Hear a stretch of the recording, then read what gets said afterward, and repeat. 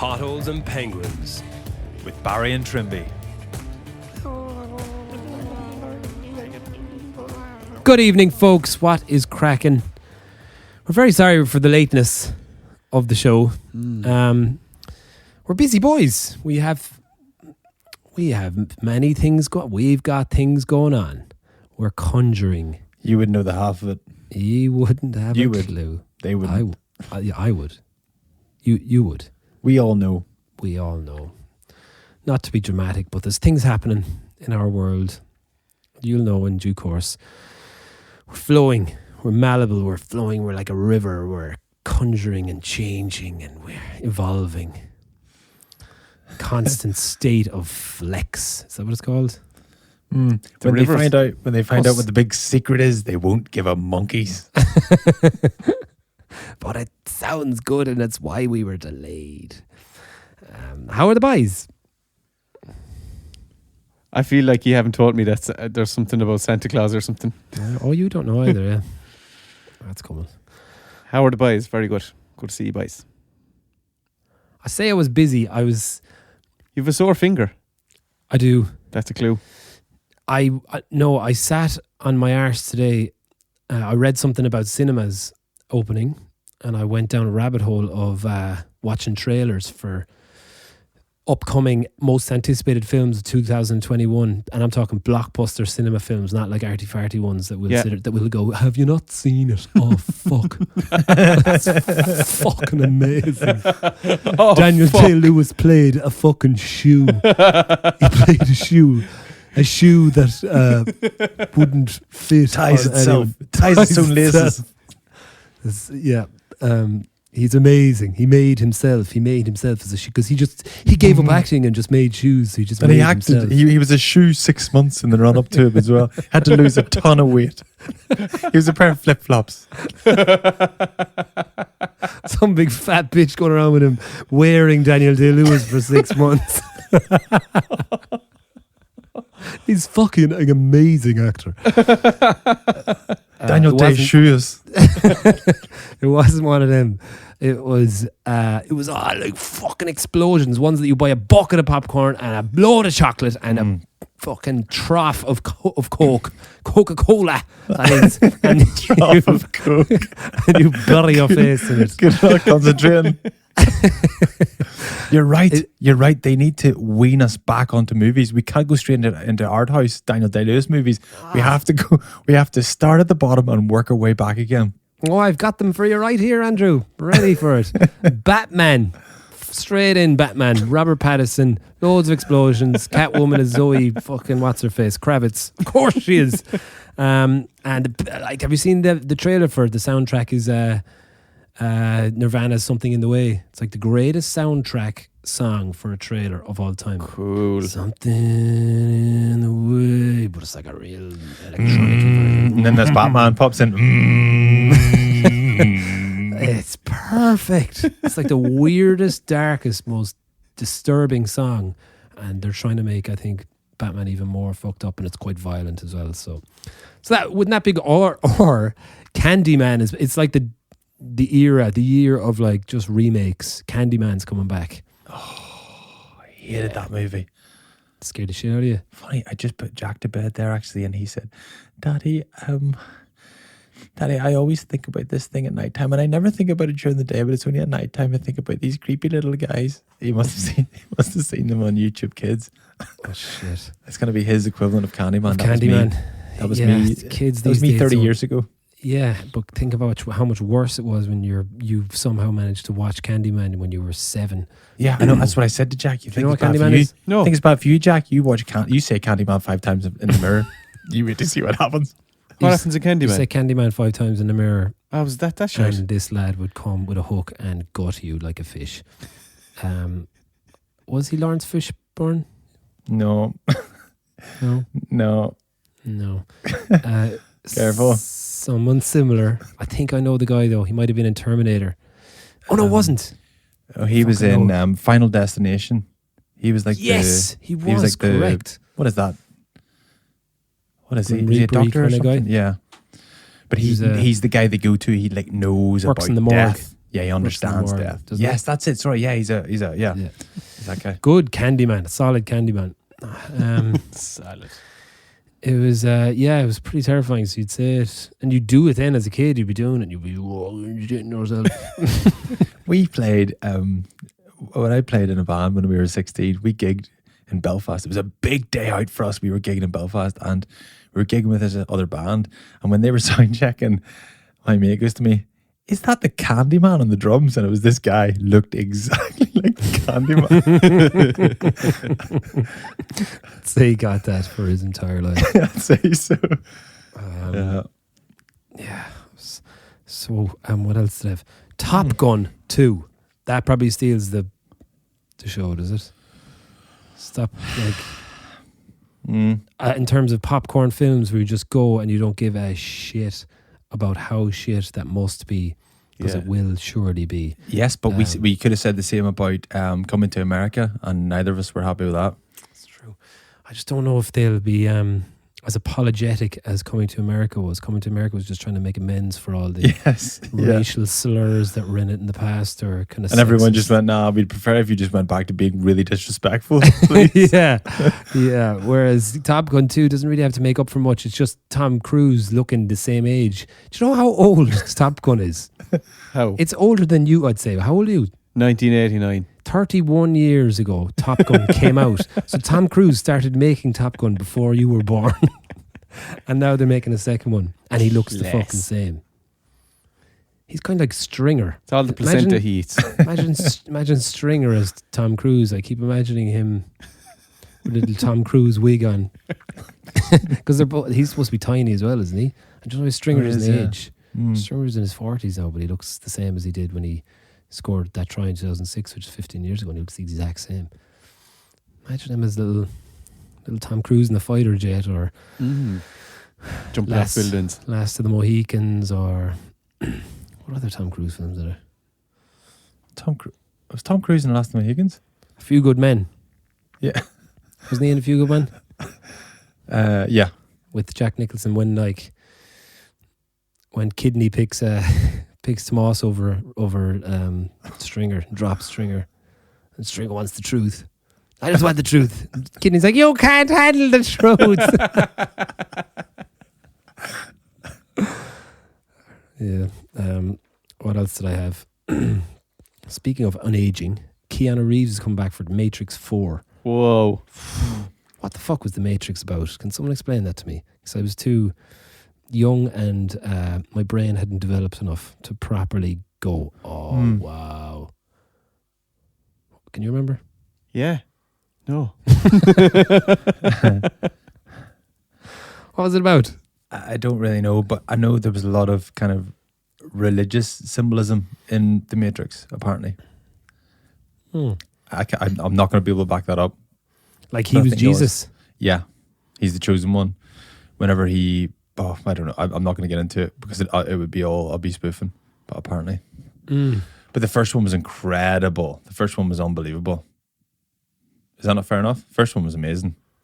I need to watch them again. But yeah, I mean, it did blow me away at the time, but I couldn't... I couldn't really... Yeah, it was just the fact that I couldn't really remember what had happened. But no, I loved them at the time. I loved them, and I loved him. He was like born to play that boring role. Yeah, and then he just waited another 15 years and then just did John Wick. He's like, yes, yes, more fighting. Yeah, okay. Is that good? I've never seen it. Oh, it's good. It's very perfect for this, what we were talking about there. Mindless, just watch guys fight with each other. Perfect. Lads. He kind of, Murray kind of reminds me a little bit of, Conor Murray kind of reminds me a little bit of Keanu Reeves. Just the kind of deadpan face, relaxed. Just the way in The Matrix he's doing like just boring but effective moves, like the box kick. Very effective when he gets it right. Just kicks Mr. Anderson up. Just kicks him and chases him. Ghostbusters Afterlife, another one. This time they're kids. They're not the lads, and it looks class. This one kind of got me. It's a bit... They're leaning on Stranger Things massively. I was supposed to say, is it going to step into that realm? They even took one of the young fellas from Stranger Things, the main, not the goofy fella, but one of them, and they put him in there. But it's a bit of a... I think Bill Murray is going to make an appearance in it, which would make it all worthwhile, wouldn't it? It looks good. It's quite throwbacky. I think I was getting a bit goosebumpy watching it. Yeah, that's the thing, though, isn't it? Like, that's not that many new. There's no new concepts out there. It's all kind of just tapping into our nostalgia We're these days. devils first. We're devils. There's plenty of like. You especially, Barry. You love nostalgia. I know, you have to be careful with that. It's too easy. Like Masters of the Universe, the He-Man thing that Dolph Lundgren starred, and they're bringing that out again, which that's just going to it's going to smash it at the box office. But they're all perfect popcorn films. So what does that say? Does that say like kids in their early 20s now don't go to the cinema anymore? Is it just us and we're like guys older than us kind of reliving movies that we loved when we were 16? Could well be, because I don't want to watch any of these films sitting on my couch on my telly. Like, Mm-hmm. I prefer to watch them engrossed. But then there'll obviously be new ones as well. Do you know, there's a good few computer games like Dune. Did you ever play Dune? Doom, yeah. Dune. Oh, no. I played Doom. Me too. What was Doom? Which one do you play, Doom or Doom? Doom and Gloom. Doom was a shooting up film, or shooting up. Dune is about sand dunes. I don't really know what it's about. I never played it, but it's that's coming out. It looks epic. That looks good. And Mortal Kombat is coming out. That looks horrendous. They're just trying to stitch together. That's playing on nostalgia now without actually having a storyline. I thought they'd done Mortal Kombat. They've done Street Fighter, I think. Yeah, I'm sure Haven't that they? was atrocious. Yeah, This shocking. one, it's just this. The trailer just makes no sense, and at the end, some guy just goes, "I am Sub-Zero," and then he just goes, "Get over here," and then Rain goes, "Catch you by the belly," and, and then it's over. You're like, this is fucking horseshit. So they're the best ones. There's a Beatles film coming out that Peter Jackson is making, which is taking all their live footage from when they were recording Get Back and a load of stuff, and it looks got like 52 hours of footage. And just there's a trailer out for you. You should watch it on YouTube. It's class. They're badass motherfuckers. Yeah. Did you watch the Danny Boyle movie? Where some kid wakes up one day and there's just this thing as the Beatles. Yeah, yesterday. Yeah. Did you watch that? I did, Andrew. I did. You didn't like it. I didn't. It was a concept that I'd always thought about. Imagine waking up and going, "Jeez, I love Wonderwall," and someone went, "What's that?" And you went, "Oh, yoink!" But they just didn't do it well enough, I don't think, and they lobbed Ed Sheeran in the middle of it. Oh yeah. And that was a gimmicky that like whenever Game of Thrones did the same thing with Ed Sheeran. Do you remember that episode? Fuck off, Ed Sheeran. Yeah, go away. Go away, like he doesn't need to be doing this stuff. Did he ever show up in your parents' petrol station? No, we had no Ed Sheeran. We had Paul McGrath. We were just talking. Paul McGrath showed up at Dermy's petrol station when he was younger, and his father was like, "Dermy, Paul McGrath." Got me out of bed. Yeah. If he called you down for Ed Sheeran, you'd be like, "Fuck off, Ed Sheeran." Saw you in Game of Thrones last night. You ruined it. You're asking for a gluten-free sandwich. We're at a fucking shop in Clare. Don't even have a coffee machine. Who else do you have? Nothing great. There was an ICA, a busload of ICA women, the Irish Country Women's Association. They called into the shop one time. Did you get called down for that? Well, it used to be. I just remember it used to be absolute carnage. Like when you get a busload in, because it would be a phone call made up to the house, and you'd be 8 or 9 years of age. You'd be like, "There's a busload after coming," and you'd be like, "Okay." Flash down the phone, run down the hill, Smash the emergency coleslaw glass. Emergency coleslaw. into the shop, onto the second till, clack, click, click, click, click, click, and then one of the ICA women, We're out of flags. she won like 10 grand and a winning streak. What? Yeah, In the shop? yeah, Oh, they must have lost their minds. yeah. I was very small at the time, but yeah, there's a photo somewhere. Were they all just dressed the same like Mrs. Doyle's? Can't remember. Yeah. Who's the most famous person you've met, Andrew? Shaggy. Not Shane Horgan. Where the fuck did you meet him? The airport. Or we met him in a nightclub, surely. No, Everybody that met was Coolio. Shaggy. Coolio. That was Coolio. We met Coolio. I thought it was the guy from Candyman. It was either Candyman, Shaggy, or Coolio. Where did you meet Shaggy? At the airport. I think he was doing. I was 11, and we were going on our ski trip. Jesus, that was And When I was 11. It was at the airport, that and was early doors, Shaggy. yeah, oh yeah. I think it was. I think he did Paddy That, Cat. that was Mr. Boombastic. Shaggy. Yes, yeah, because he kind of went away for about 10 years, didn't he? And then just reappeared. Came back with Wad and Me. Wasn't me, yeah. I think he was doing Paddy Keelty's show on the Friday night, and then we were at the airport on the Saturday morning. Class. Yeah. Boris Becker. Loved Boris Becker. Was a huge Becker fan back in the I was day. ball boy for Boris Becker one time. Where? I honestly don't even Why? know. It was Boris Becker and Greg Rosetsky. The two of them were doing like an exhibition game, and me and a couple of my mates were in like a tennis academy at the time, and we got picked to. Why is that so funny? So much We I got don't know. It just sounds No, fucking you're gas right. to me. Like You're right. You're right. tennis academy. You're right. near the ball. I'm in the way tennis academy. Fuck, what a it's like an altar boy. Being an altar boy or a tennis ball boy were two of the shittest jobs. Lads thought they were the coolest motherfuckers in the Being an world. altar boy. Were you an altar Yeah. boy? Yeah, you were an altar boy, yeah. All right, geez, Same I was, thing. yeah. Yeah, ball boys and altar boys. Tennis boys or ball boys and all boys. Same thing. Ball boys at tennis matches. Ball boys at rugby matches were up to no good. Like Yeah. they were hiding the rugby balls from the opposite team. The hooker, like you wouldn't be hiding the fucking holy bread from the like, and you wouldn't be hiding the ball from Boris Baker, would you? No, Boris. Toe pegging it away if he comes close to it. That's cool Yeah. though. Mm-hmm. So yeah, Shaggy and Boris. I'll do. I'd be enough for that. How about yourself? Who's the most famous person you've ever met? I don't know. The time I almost met Daniel Day-Lewis Was that in the airport? in the airport where he Okay, was who's the most famous person you've almost met? Daniel Day-Lewis. When I Perfect. tried to sit down next to him at gate 80. Do you remember gate 82 in Heathrow? Oh, yeah. Where to go to Ireland or gate up there in the 80s. There's a very particular part where they would keep all the Irish Heathrow down there.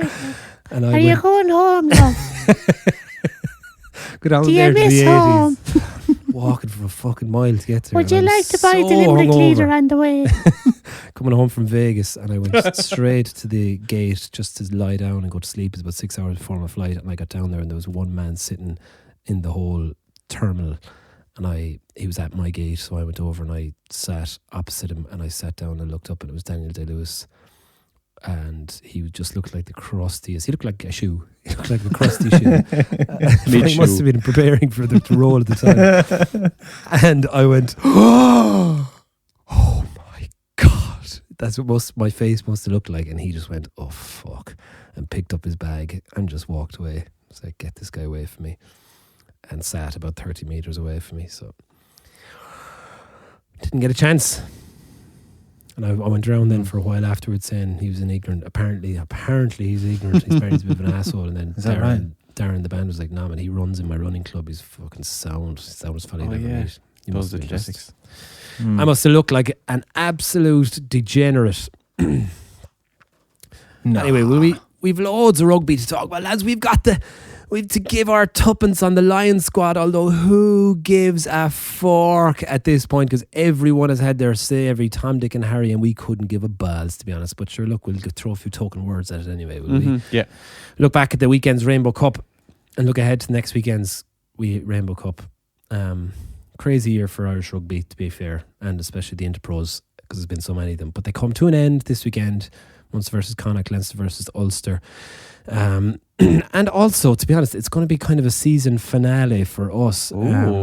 Because today is going to be our last show of the current setup. Next week, we're going to just go exclusive on our Patreon page.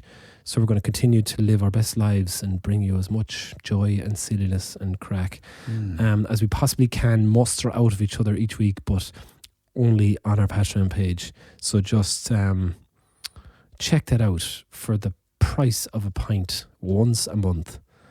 please join the rest of the Penguins on our Patreon page and continue this revolution that we're starting, because it does make a big difference. Oh yeah. We massively appreciate the support. It's been a mad year, like, fuck. We've done some amount of shows. We've done about 80 shows. And we've loved it. And we're going to keep going. But we need to just cool the jets now. Mm-hmm. Just do one The show's less. not over. It's an after party. There's a party back at our house. Everybody, back to Barry Trimby and Dermy's house. And we get there and there's like half a dozen people there. Like, "Whoa, it doesn't matter. We're partying no matter what." We've done that before. Yeah. It's going to be a long weekend. Just as things are kicking off now as well. Yeah. Good. I have too much crack to be doing 2 shows a week. Oh Jesus, me too. I am up the walls having crack for the next few months. I've got taking out a diary, booking out tables here, there, left, right and centre, catching up with everyone. Oh. Anyway, join us on our Patreon page. We do love what we do. We love your support. It means a lot to us. So thank you all so much. Mr. Trimbot, will you hit us with your silliness, please?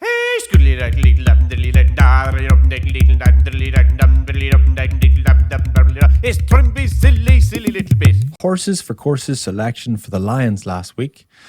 In the game of top trumps, Bundy Aki got the nod. Physicality, 8. Distribution, 7. Speed, 6. Suitability to an empty stadium, 10 out of 10. Nothing appears more progressive and woke than a grown man bursting into tears. So Kyle Sinclair took his chance on BT Sport of the weekend. It's usually not important why someone cries these days, as long as you are A, a man, and B, you cry. People are usually happy enough. Ugo Monye and Pat Lam proved this by crying because they know someone who didn't make the Lions. Then in turn, the people at home cry.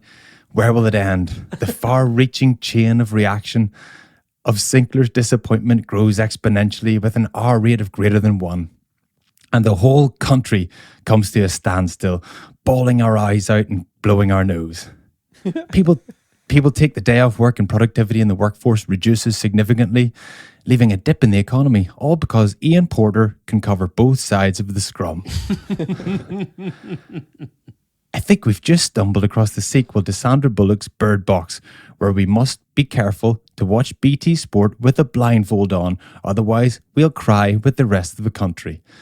The villain in this movie, incidentally, is Finn Russell, who never cries or appears the slightest bit upset about anything at all, but just sits an inch from the TV, watching BT Sport, laughing and eating popcorn.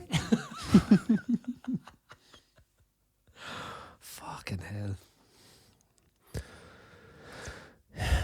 You nailed it.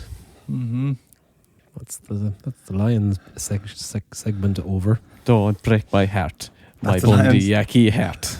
Oh man, that was so good. Ugo Monye wasn't wearing a Paddles and Penguins hat, was he? No. Good. Thank God. Did you see, I'd say 5 minutes after I finished writing that, I looked on, someone sent me a link on Twitter, and Joe Marler's doing a documentary, and it's called Big Heroes Boys of the AL.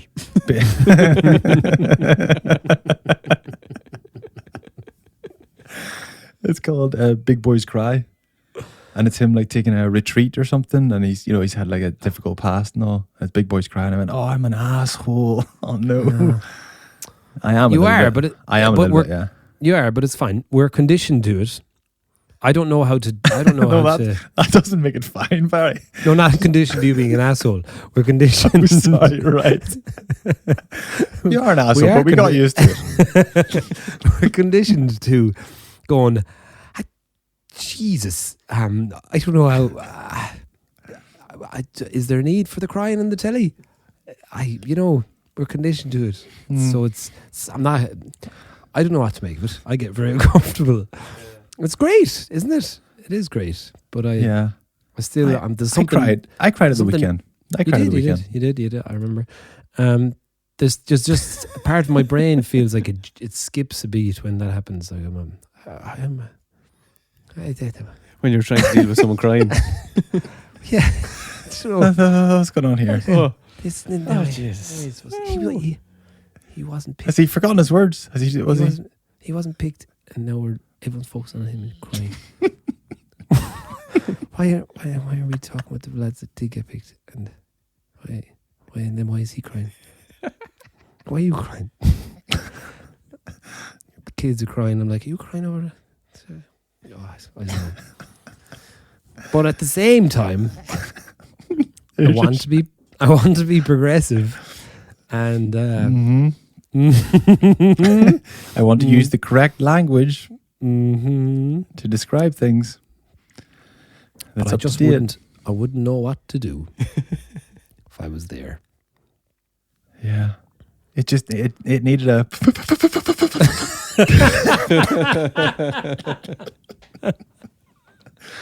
Oh, we're such. Are we fragile we're masculinities? dicks. I though? think we're dicks, but I think fragile masculinities. I don't know. I think I don't know. It's not my fault though. I'm conditioned this way. This is the environment I grew up in. It's rugby's fault and the Catholic Church. Fuck the body for making me this way, me desensitizing me. Those are your two influences: rugby and Catholicism. Yeah, those years you spent as a ball boy or alt boy, I mean. yeah, they affect me. Top trumps, what a game! Jesus, don't play enough top trumps these days. Mm-hmm. And you're so right, Bundyaki, 10 out of 10 for noise in an empty stadium. That's good. He must surely Bundy and Aki didn't. He must have been surprised as anyone. Yeah, well, let's do it. Let's dive in there. Like all the other ones that have dove in there. I think the only thing I've learned from this whole Lions announcement is that Warren Gatland and his coaches are actually the only ones who got proper time and effort into picking this team. Everyone else that was shocked by it just didn't actually bother, us included. We just kind of went, yeah, he's good. Yeah, But I forgot. You'd said to me, we'll pick our Lions 15 tonight, and I forgot and picked it off the cuff. So, yeah. There you go. So now you're right. Warren Gatland doesn't just pick it off the cuff. No. He's probably been watching them for a while. The press conference started and he went, Chris Harris and Bundy Aki. Because you'd go through them and you wouldn't omit one person out of that. I wouldn't anyway. If I go through and I look at it, even though I didn't pick next to near that 37-man squad, we go through it and you're going, I wouldn't change anyone. You look at the front row. Sinclair, as upset as he is, and a lot of people are saying he should have been 100% in there. When you look at playing against South Africa, he's a bit windy at times, and he can be he can be a bit soft. There, I just said it, but he's not a Tyg Furlong or a Vunapolo who are absolute gobble monsters that'll just eat lads, and that's kind of what you probably need in the front row going out to play against South Africa. Whereas Sinclair's got lovely touches and a good player, but when it came down to the crunch, and he just didn't get the shout. So. And then you Turner he was probably the only front row. Himself and Turner are the only two that maybe got unlucky. But you look at the hookers there, and you couldn't leave out any of them. Then you look at the second row, James Ryan. Who are you actually going to leave out for James Ryan? I know. No one. It just seems shocking that James Ryan didn't make the Lions, not based on current form, but just based on how good he's been over the last couple of years. And you're right, he's not quite as good as he was. And when the bar stays high and Handy just picks his time to just massively get form, it's just about timing.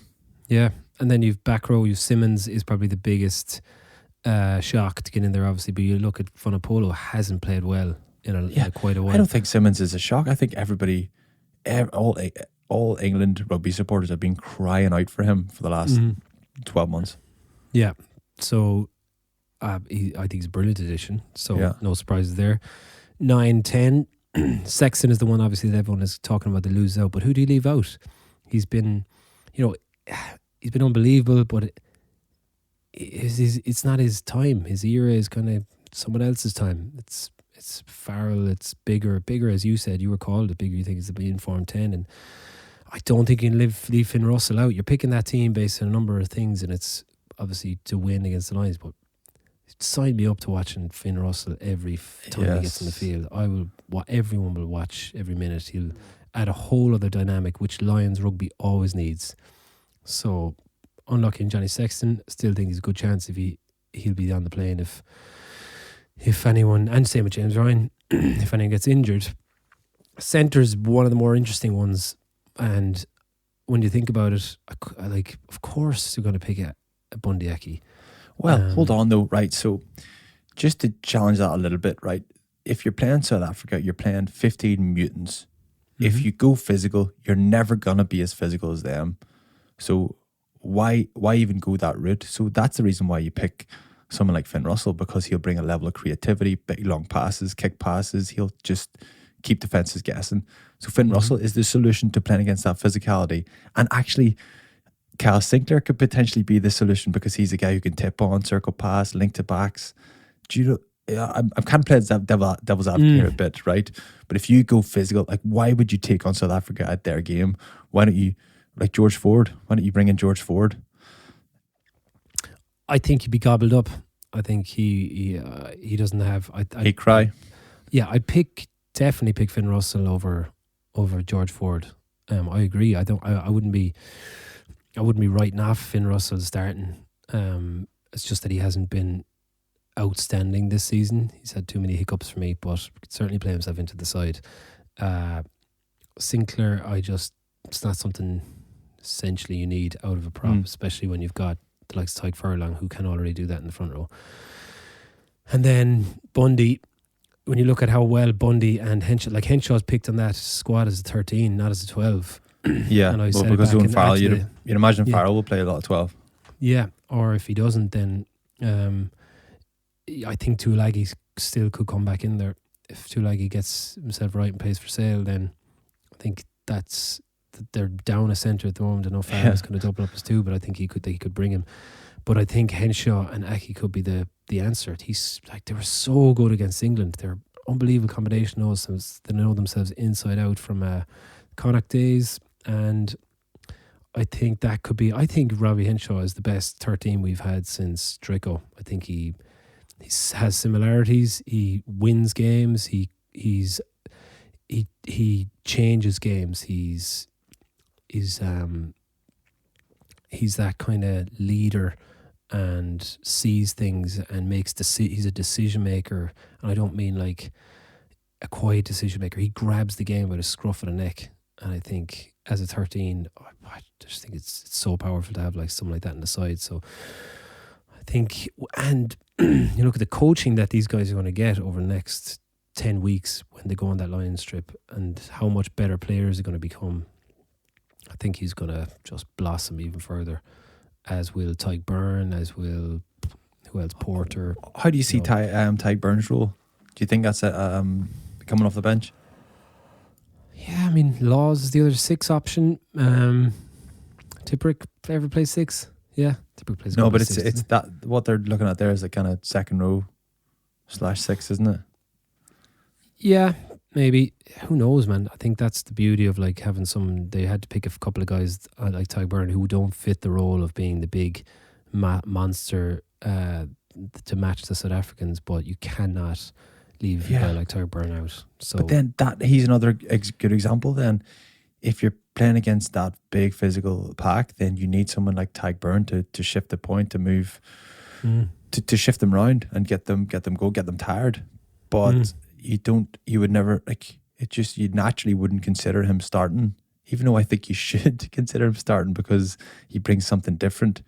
And I don't think you should automatically just go, right, let's have 2 mutants in the second row, because they'll have 2 mutants in the second row. Tyke Byrne's one of the guys. It's a shame almost that he has the utility. He could play back row as well, because as soon as you have that, you're considered someone who comes off the bench. That's a shame, because he was probably, if not the best player, one of the 2 or 3 best players in the Six Nations.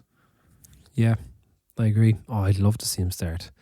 And with an even more powerful pack behind him than Ireland would have had, would free him up.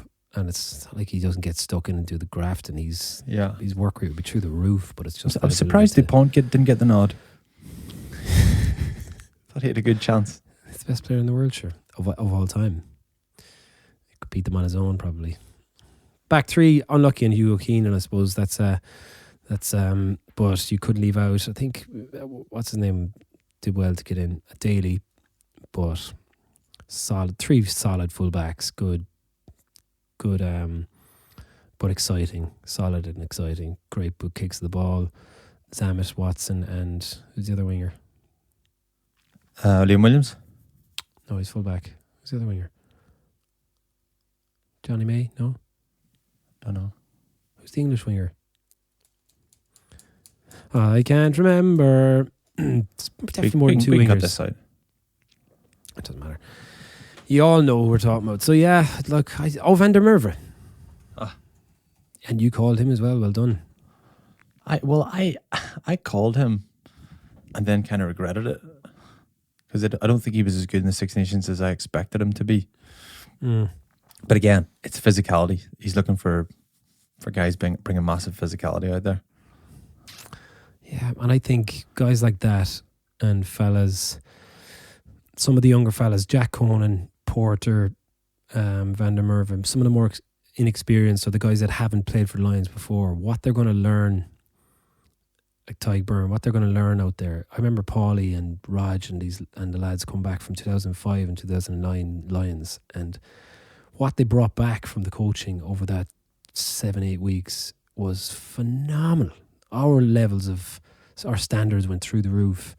So to have all these guys coming back with whatever they learn and playing against in that environment and coaching and training in that environment, and then playing against that South African side, it's going to be huge for Irish rugby. It's going to be huge for those kind of players. So even Murray, Murray's going to. I'm excited to see how much he kicks on. Be great for him. After the 09 Lions, I remember Tommy came back and we caught up with him after holidays, and there's about 3 or 4 of us went for coffee with him, and we were like, tell us everything. And it was just Tommy holding court for about 3 hours. We had about 6 coffees each. just sitting there hanging on every word, because it's just such a cool experience. And that was, the majority of that was off the pitch, obviously. Just such a cool experience. It's a long time. Going to be a long time away. That's the hard part. 10 weeks or something they're talking. Is that how long they're going to be away? I think so, yeah.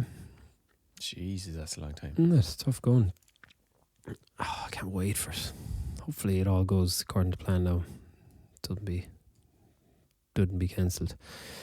The Rainbow Cup continues this weekend. It's been good. I'll give him that. I mean, considering that it was drawn up by what would seem 2 12-year-olds who went dip cow shit, who landed on this. Let's make a cup that looks like a rainbow. Rainbow, yay!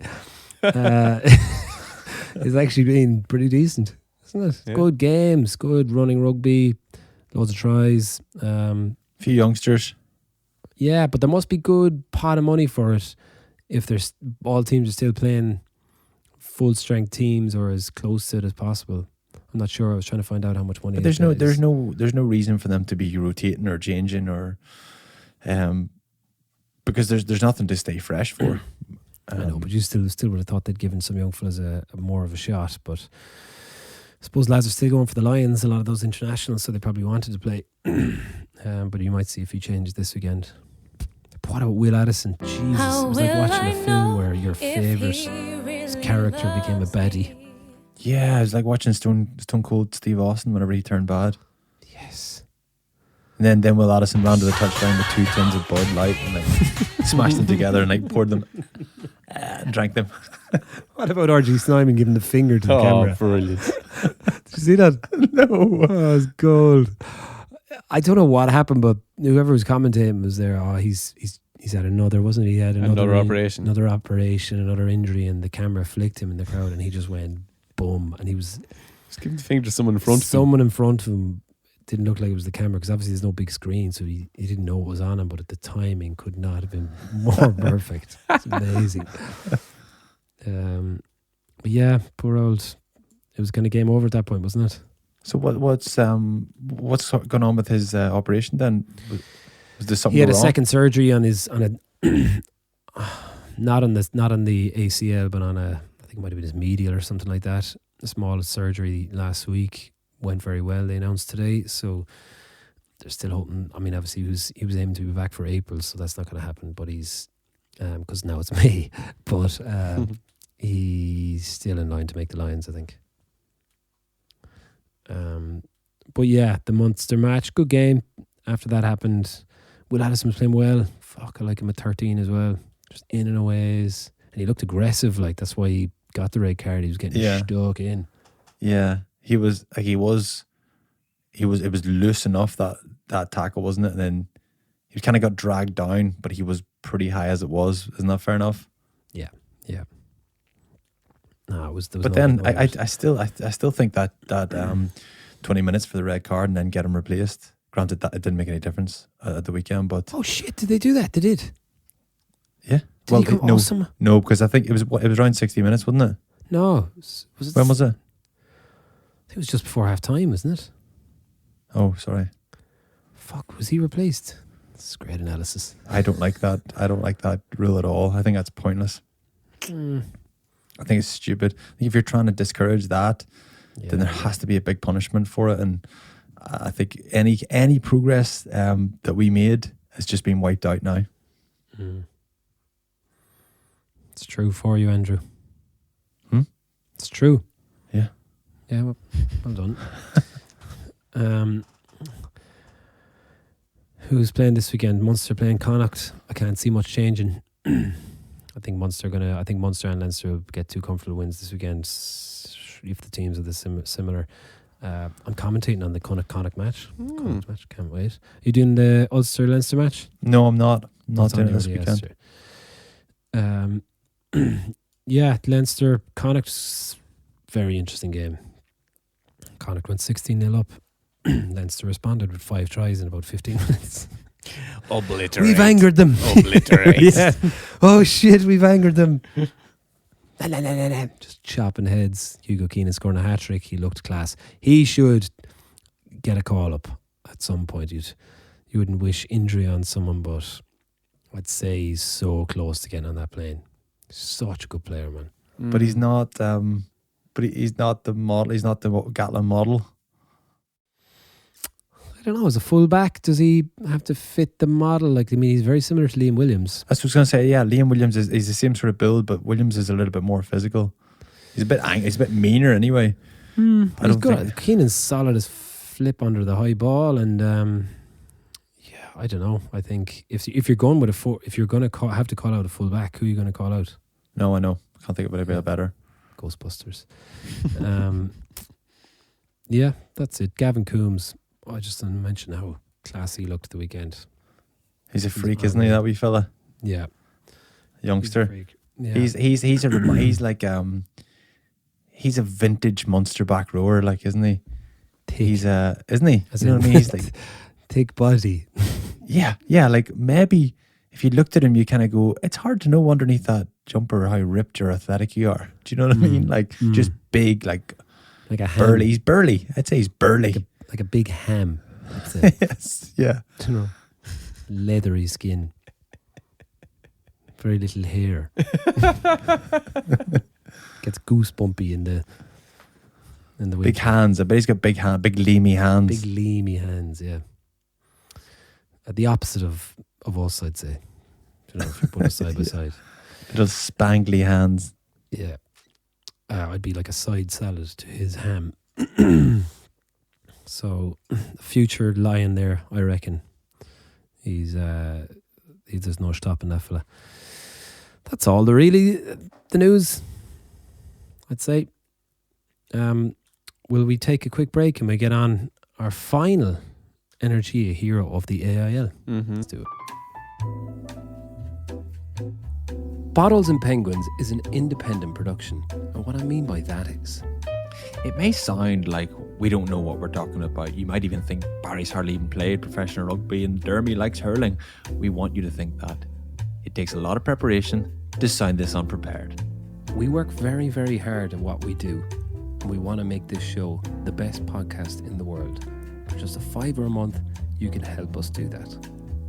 Go to patreon.com/potholes and penguins and you can help me make these two fools look and sound even better than I already am making them look. Okay, welcome back, and I'm sorry to say this is our last edition of the Heroes of the Energia AIL, but I just want to say a huge thanks to Energia and especially Lorna Danaher, who is the driving force behind the documentary celebrating 30 years of the All-Ireland League and has helped us honour so many great servants to the Irish rugby scene from clubs all over the country, and it really has been a pleasure to chat to so many of them. So to finish, we're taking a trip to Lorna's home club, Lansdowne Rugby Football Club, to chat with past captain of the club and current director of rugby, Steve Rooney. Steve, welcome to the show. How are you? Great, thanks. Good. Nice to talk to you, lads. Great to have you. Steve, we have been building up to this moment for 9 months now, and it's been worth the wait. I'm sure. I hope I don't disappoint. Well, look, we dragged you away from training because it's your first night back, Lansdowne RFC tonight. Yeah. How'd it go? What was the buzz like? It was brilliant. We had a kind of 40 plus guys down training away, all just mad keen to get back at it, and all the coaches mad keen to get back. So yeah, no, the lads, and look, they just all had a bit of fun tonight. Okay. No fitness or full on contact. I hope just a bit of tag and a bit of tip or whatever and a bit of crack. Yeah, it was just tip rugby all night. Just getting the lads back running. It's magic. I was down in Bowes last week at the under 18s and I got involved in everything. I was there. I just need to play. I was running around playing tip with them, and I don't know. We had Scott DC was trying to run off a few COVID calories, I'd say. So he was doing plenty of running. I think he's in better shape than he was when he finished. Really, he does calories long before COVID. Had Scotty, chunky fullback. So come here. We've had loads of people getting on to Lorna and to ourselves from the club.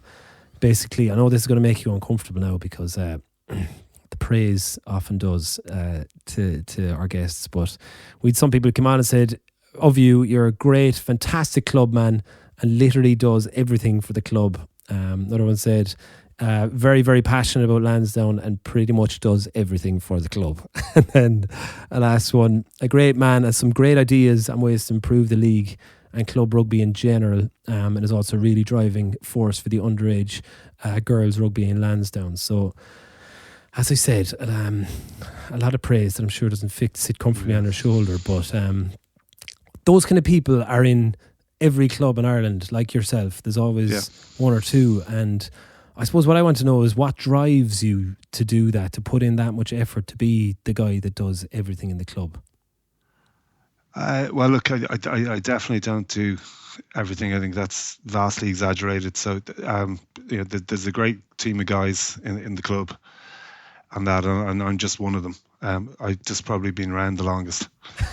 But no, I don't know. I mean, we just sort of, I finished up playing back in, I think it was 2004, 2005 kind of thing. So wanted to stay involved. I got coaching, and then probably gave the coaching a miss then after a couple of seasons, and kind of moved into the director of rugby role, and just kind of never really left it. I don't know what that says about me, but it's just one of those things that you just keep doing it year in, year out, and you kind of get passionate about it, and you just keep on going.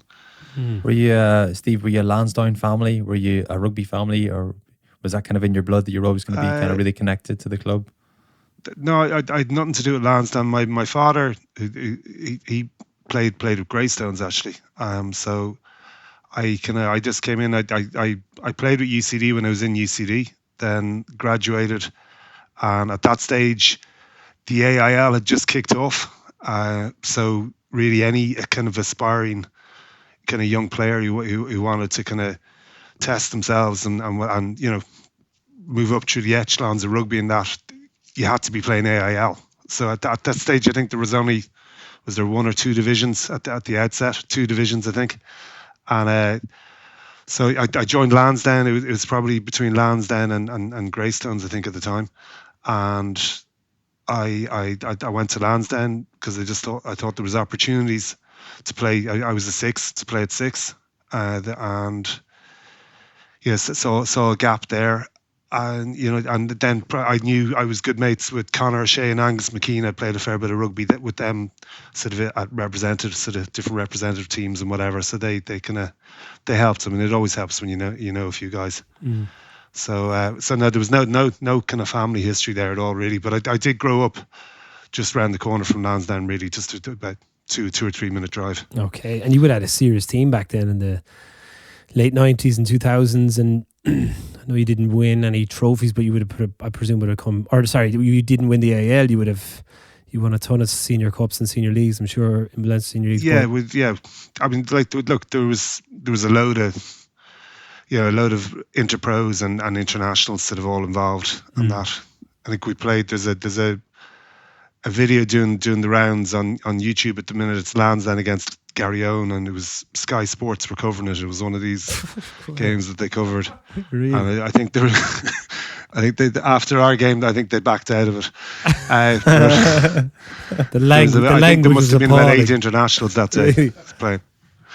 So Yeah. but it's kind of you kind of look at the rugby and you kind of cringe a little bit because it just looks so different to today's rugby. Yeah. But then you remind yourself there was like 8 internationals actually on that pitch. So like, I mean, the likes of Keith Wood and Phil Danaher running around for Garryowen. I think we had Fergus Ahern, Conor O'Shea, Angus McKean, Brian Glennon, those kind of guys. So it was all good crack. And have you highlights or one highlight in particular, anything from the AIL from those days? Because obviously back then it was big crowds and as you said, internationals all littered across both sides. Yeah, the crowds. I mean, I think my first game for Lansdowne was away to Young Munster down in the Killam Fields. Not on Sky Sports, I'd imagine. No, that didn't make Sky Sports for some reason. But that was brilliant because I think Young Munster were actually champions, AIL champions. They'd won it the season before. So that was why I came to Lansdowne, was to be playing against the best teams in the country and just going up against the best players and seeing what I could do. And so you got a real buzz out of that. So that certainly sticks in the memory. And then we was it 2000 we got to the AIL final. Got beaten by Trevor Brennan's St Mary's. Yeah. So they had a class team, but we fancied ourselves as well, but we got beaten narrowly. But that was that's certainly a big memory as well. And how important now is coming out of what we've been through last year? How important is the club to you and to everyone around, and to get everyone back together into that kind of community?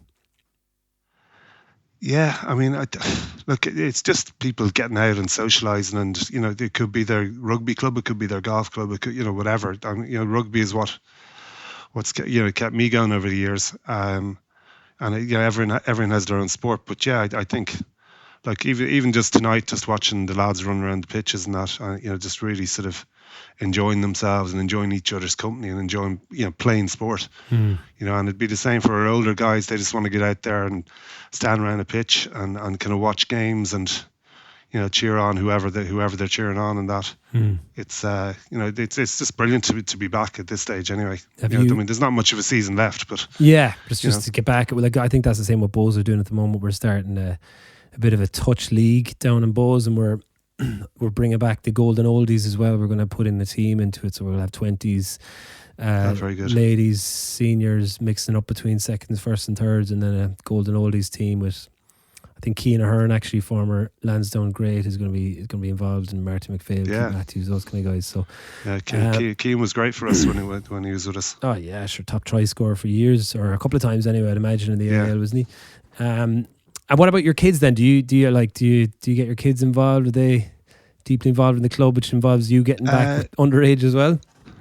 Yeah, so I've 3 daughters and a son, so they're all kind of the youngest. My son Sean is 12, so he plays with Lansdowne under 13s. So he's very excited this week because they're getting back to contact rugby. Yeah. So he's had tip rugby for up to his eyeballs, and he's kind of he prefers the physical side of it rather than tiptoeing around people. So he's very excited to get back tackling people and. He's a dirty six like his father, is he? After like 8 months of a build up, he's going to take some poor 13-year-old's head off, is he? Well, he's got very, very promising signs of aggression. Put it that way. That's a lovely way to put that. Yeah. So yeah, I know. Look, they're all. I mean, they're all good. The girls all played a bit of tag rugby with me. I was sort of involved with that for a few years, just sort of coaching and that. And now they've kind of moved on to hockey and Gaelic football and that. But look, everyone's interested in rugby and that, so they're all keen. But I guess you can't argue with the hockey or the Gaelic, really. That's it. How hard is it? Trimby, we were talking about this a few weeks ago, where Trimby's daughter is playing under sevens, is it, in Coleraine? But how hard is it for you? Like he was saying, there wasn't many girls up there, but how hard is it for you to get or to recruit girls underage to get them in playing? Yeah, I mean, look, in Dublin, certainly, hockey would be one of the main sports for the girls and Gaelic football and that. So you're trying not to clash when you're sort of setting up training sessions and things like that. You don't want to clash with those sports because you're just onto a loser, really. And that's so because it's a new sport and they don't quite know whether rugby is for them or not, I think. And it's only really when they kind of settle into it and then they get going. But it's growing. I mean, our numbers are still small in Lansdowne, but we'd really like to see them grow, and that. And we don't have a senior women's team. We're trying to do it sort of build from the ground up, I guess, to coin a phrase or a cliche even. So that I think that's that's the way to go about it, because otherwise you could have a senior team one year and then they all retire or leave or whatever, and you're stuck without anything. So if you can get them coming up through the ranks. Yeah. No, the only reason I'm mindful of it, I suppose, is because my daughter appears to have a much larger leg drive than my son. So I just kind of expect I'm going to pin all my rugby aspirations through her from now on. That's kind of what I was thinking. Just would have been nice. She's very welcome to come down to Lansdowne. We've done a lot of talking in the show over the last while with the guests we've had on about the impact that the NRGAL has had on Irish rugby over the years, and it does kind of seem like it's at a bit of a crossroads at the moment as to trying to keep players, trying to build more of a community and a club of people just playing and enjoying rugby every week. And we heard people earlier on saying, the dedications to you about how you had so many great ideas for the club game. Could you give us maybe an idea of what, have you any opinions on where you'd like to see it going? I mean, I think, I do think the standard of AIL, I'm speaking from Lansdowne perspective. Certainly, the Division 1 standard, I think, is a really, really good standard. And I think it's come on in leaps and bounds over the last, 7 or 8 years and that. I mean, obviously, we've had the likes of Mike Ruddock coaching with us. I think the last time we won the All Ireland was back in 2018, and Mike has coached Wales to a Grand Slam.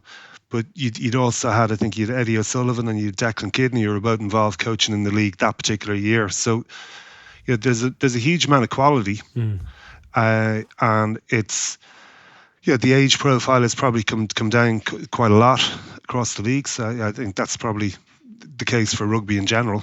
But I think the league needs support. The IRFU and the professional sort of provinces and that, they need to come out and support the league. And by supporting, I mean encouraging their players to get involved and to play every week in it. To kind of try and do something with the fixture list, so that we're not playing the same day as Leinster playing in a Pro 14 game or that. And then I think that the league itself needs to do a much better job marketing itself. But I think it needs that sort of boost from the various different sort of provinces and that to give its integrity or its sort of vote of confidence and that. But week in, week out, the quality of rugby is really, really good. Just you don't get the crowds that you would have got in yesteryear and that. But that doesn't mean that the rugby isn't good. And for me, I think the rugby on offer and the challenges that it presents to, say, these young academy players and that is, you don't get that anywhere else. You don't get it in places like the Celtic Cup and that, where a province travels a couple hundred miles to Wales or whatever, and puts 50 points on that Welsh team and comes back. That's not a challenge for anyone. And I think the value of a player going along as a 24th man or 25th man in a squad, that's a useful experience once or twice. To be doing that 7 or 8 times in a season, I think is just, that's just bad player management. So there's a huge amount of potential for the league, and I think in the year of all years, when clubs really, really need the support of their provinces and they need the support of the IRFU, we shouldn't be going off and sending our A teams away to play in a Celtic league in September and October, which I think is what's on the cards. Really?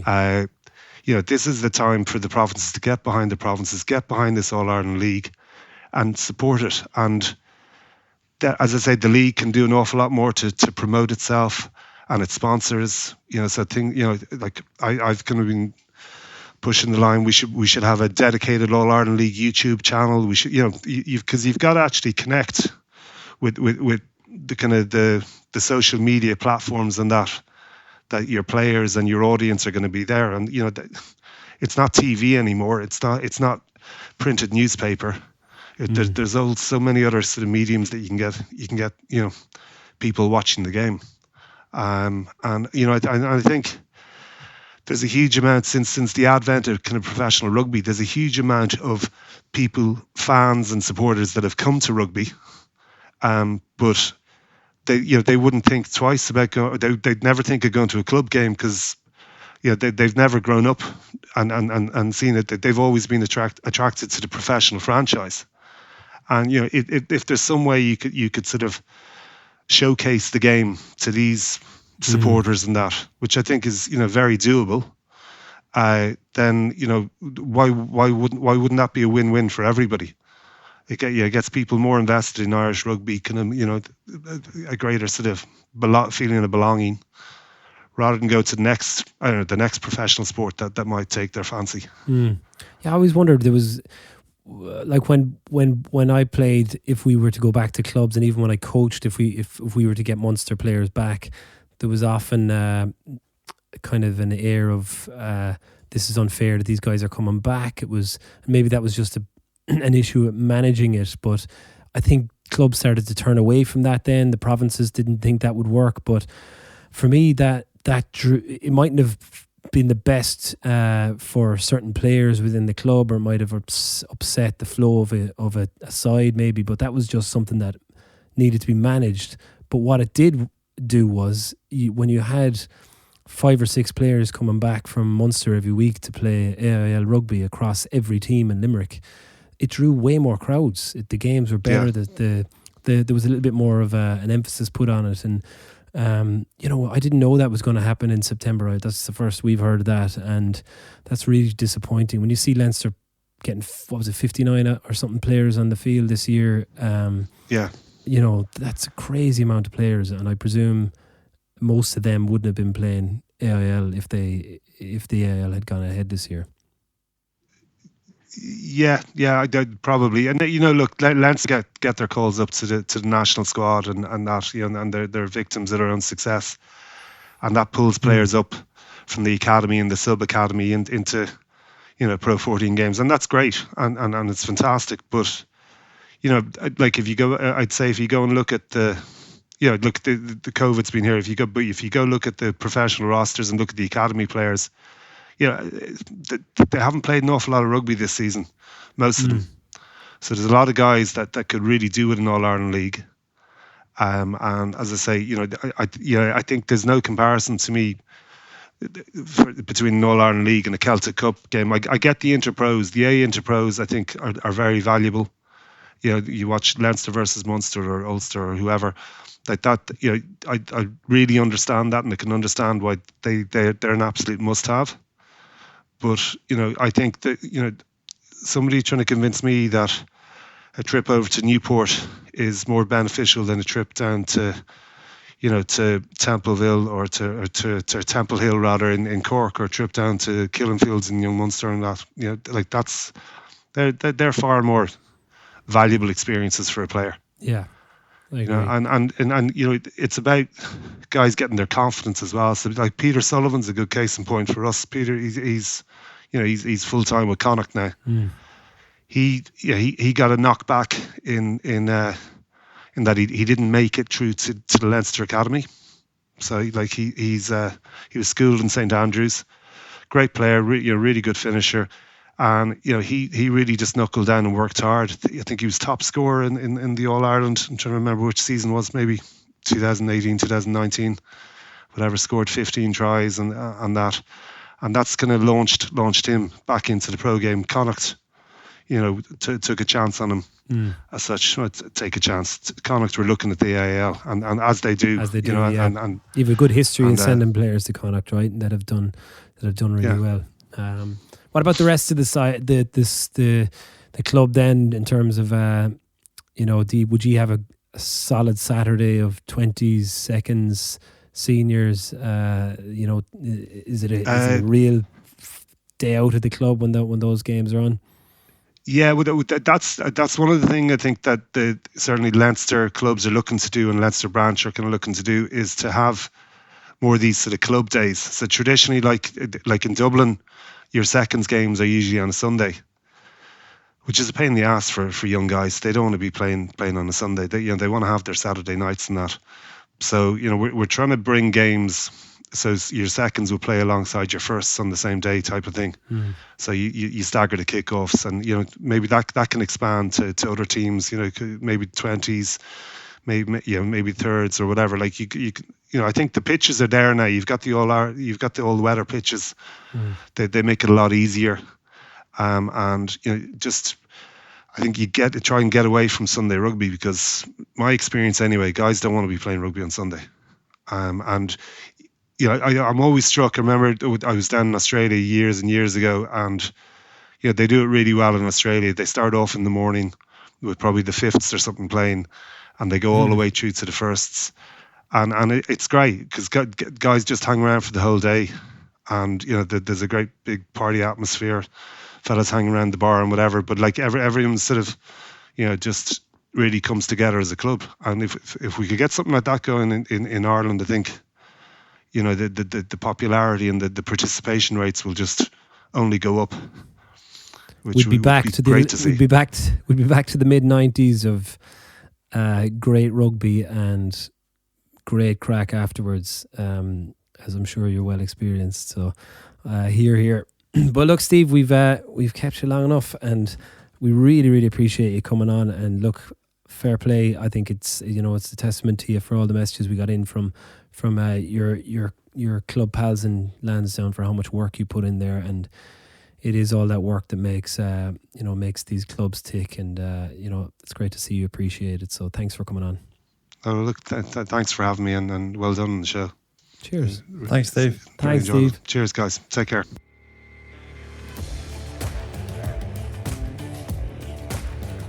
Jeez, lads, that was interesting. Very interesting.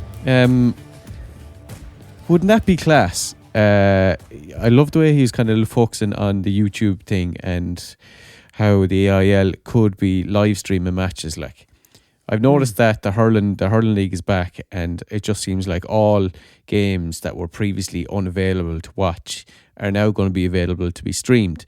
And as the advent of 5G rolls out and internet connectivity and cameras, that you could be filming properly, with 2 or 3 cameras set up of AIL matches. And imagine if it was all, the way he was talking about one day, would that be like a Super Saturday situation? In a club that you have the fifths, you have the women's team, and you have a couple of different teams playing throughout the day. Sure, imagine that if you could tune into the other clubs in the evening after you finish. So say for instance, I don't know, Ennis were playing Young Munsters or something in Ennis Clubhouse, and you were watching that match, and later, or you played that match, but then you go into the clubhouse and you can watch back on some other matches that you had to pay attention to that were happening that day. I don't know. It's definitely the future of it, isn't it? It's so easy to do now. Yes. I mean, if you've got, I've Bose mates from all over the world, living all over the world, who still are obsessed with Bose. Who would, if Bose were shown streaming on a Saturday, they'd watch them. They'd watch them. Or they'd watch it back. 100%. It's very clever. Never thought of that now. He's onto it there about like the YouTube, the AIL YouTube.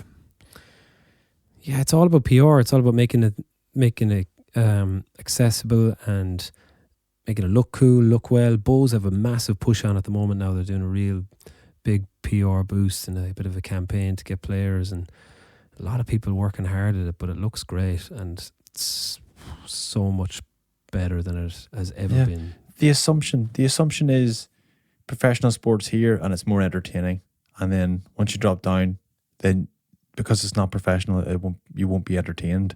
But like a good model is high school football. It's not the standard of the professionalism that they're there to watch. They're there because it's tribal, and people are kind of connected to that club or to that to the high school or whatever it is. Do you know what I mean? It's more the like it's all about the marketing and the spin and the kind of the branding of the rivalries and everything like that, and everything that goes with them. I think. No, you're right, and I think there's such a laugh. Bose have now they're starting at this league on they were suggesting a Friday night tip rugby league within the club. And then they all just want to go on the piss afterwards. And I was like, could we do it Thursday night? It'd be better. Like, you kind of, a lot of people might be away at the weekends. and then they were like, Thursday night won't be a huge amount of crack. We have a Friday. What if people want to go away? Well, okay, well, Friday, we maybe go a bit earlier. We go like Friday 5. People could still go away afterwards. What? And then that went to like, what about Friday lunchtime? Set up a tag league. And then Tip Radio pretty much said that so they could just go on the piss. Let's kick off the rugby at 7:30 Friday morning. By 10 o'clock we can start drinking. Is that what you're saying? Yeah, this is what they were at. Class. But I do love the idea that they've been saying that for 20 years. Do you know what would be a good idea? Have all the teams playing on a Saturday afternoon or all day Saturday. Still hasn't happened. I don't know who's standing in the way of that, but it should happen. Anyway, that was great. Brilliant. So thanks very much to Energia for sponsoring the show for the last few months. It's been a pleasure talking to all those fabulous people from different clubs around the country. But as we said, this is the end of the first season, essentially. It's the last day of term. Should we sign each other's shirts? Yep. Barely. Trimby was the year. Any highlights? Highlights. Don't remember yesterday. Probably the Caples song. That was a bit of crack. That was good crack. Any of the music ones early doors when we were together and we were able to play music together. They were mad. They were one-take wonders, all of them. Yeah, Matt McKnight's rendition of Tim and Teddy. It's very good. Yes. His cartoons. Yeah, we need more Matt McKnight cartoons. Thank you all for listening. Thanks for all your messages all the way along. I'll lash in a few of the songs here at the end. Yeah, a bit of a montage. Yeah. A referee with a gi. Yeah, Tim and Teddy. Gary Ringrose. Yeah. And I would do it. When I was 11. When I was 11. What was the Les Miserables? Yeah. Tim and Teddy. Whatever I find there, it'll be a surprise. We should bring out an album. I've been saying this from the start. The trailer. Remember we recorded a trailer and then didn't put it out there, and you put it into the group there recently. Christ, it's so cringy, isn't it? It's so funny though watching it back. So nervous. It's like we look like children. We were throwing so much shit at the wall those first couple of episodes. Pilots, you're like, oh God, what's going to stick next? Getting to know each other, feeling each other up. Dropping the hand. Well, look, it's been It's been an absolute pleasure, gentlemen. Thank you for listening to all you penguins out there. You're fabulous. We'll see you next week on the Patreon page. So go to Patreon, Potholes and Penguins, to hear us have more crack and have loads of guests over the summer. Party on. Party on. Party on, boys and girls.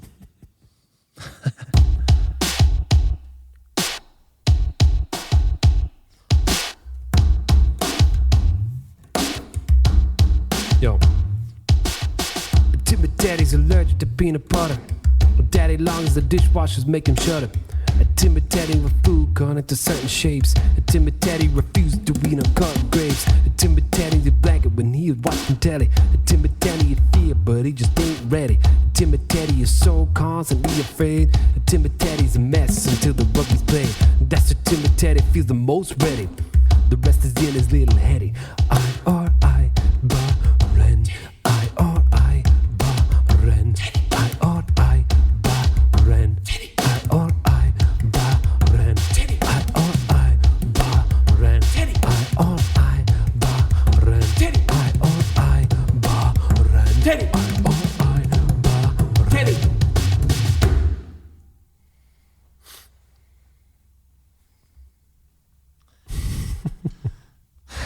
What are we doing? Practicing for when we're class. It'll be a while, but we'll get there. I'm addicted to the box kick. You're addicted to the box kick. We're addicted to the box kick. Suck a dick, suck a dick. Suck a dick and suck a box dick. Women have boxes, your mother has a box, your sister has a box, and the babies come from boxes. Don't kick it, baby, don't kick life. Don't be a square. A box is a square, a circle is more fluid. Be a circle. Boxes out, boxes no. Box out, box out, box out, box out. Up!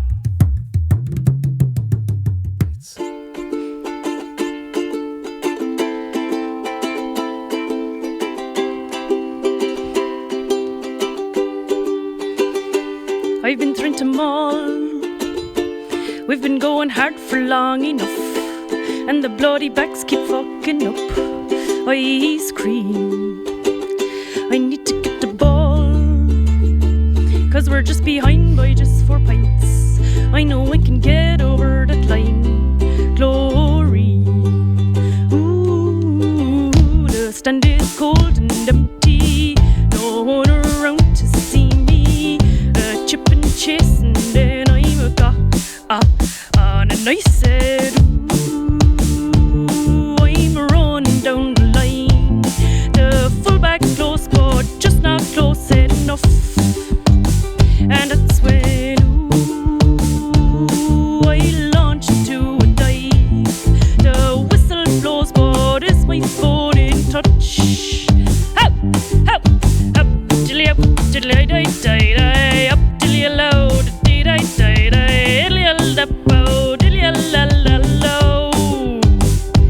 and she makes a sign for TMO, and there is a pylon on the floor. Is it gonna be a forward score this time? And I said, ooh, I'm a run down the line. The fullback's close and maybe close enough. And that's when, ooh, I launch into a dive. The whistle blows, but is my foot in touch?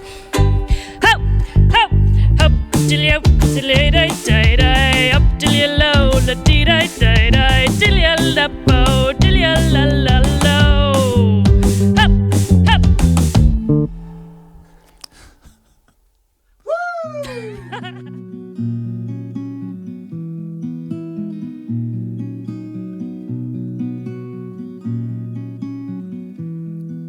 Thought the Gary Ringrose song was weird. Well then.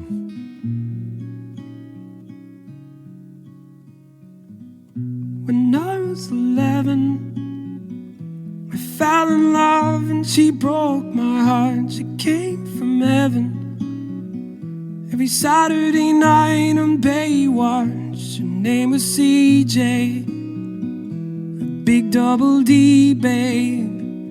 When I was 11, when I was 12, I rented barbed wire from the shop. When I was 12, I used to wank into my sock. 1 minute 13, I blew my beans. When I was 12,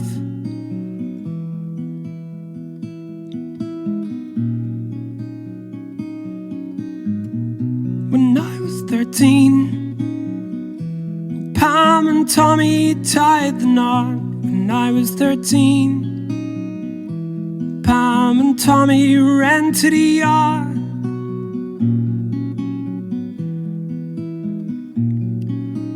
And then I locked myself in my room and I wouldn't come out. I was up the walls. My parents would just leave food at the door. I was in there for days. And then I started noticing a few weird things. Like there's a part at the start where they're in the car and they're driving to the boat. And she pulls his willy out. And she starts wagging it like a fish. And then she looks into the camera and she says, "Hey kids, this is what mommy gets to have for the rest of her life." And you're like, what? Your children are going to be, you're going to show this to your children. That's mental. And they're probably going to be someone else's children. I don't think they're going to be his children, like, because this is never going to last. Like, he's in fucking Motley Crue, like, you're Pamela Anderson. This is never going to last.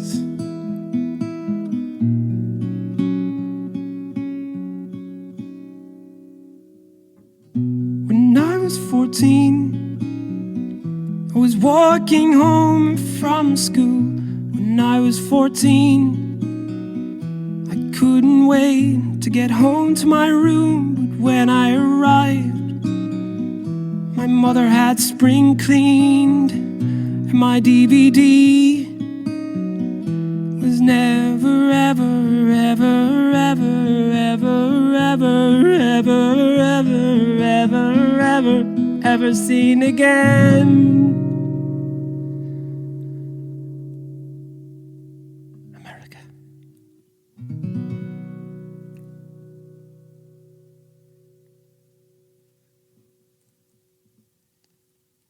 Fuck yeah.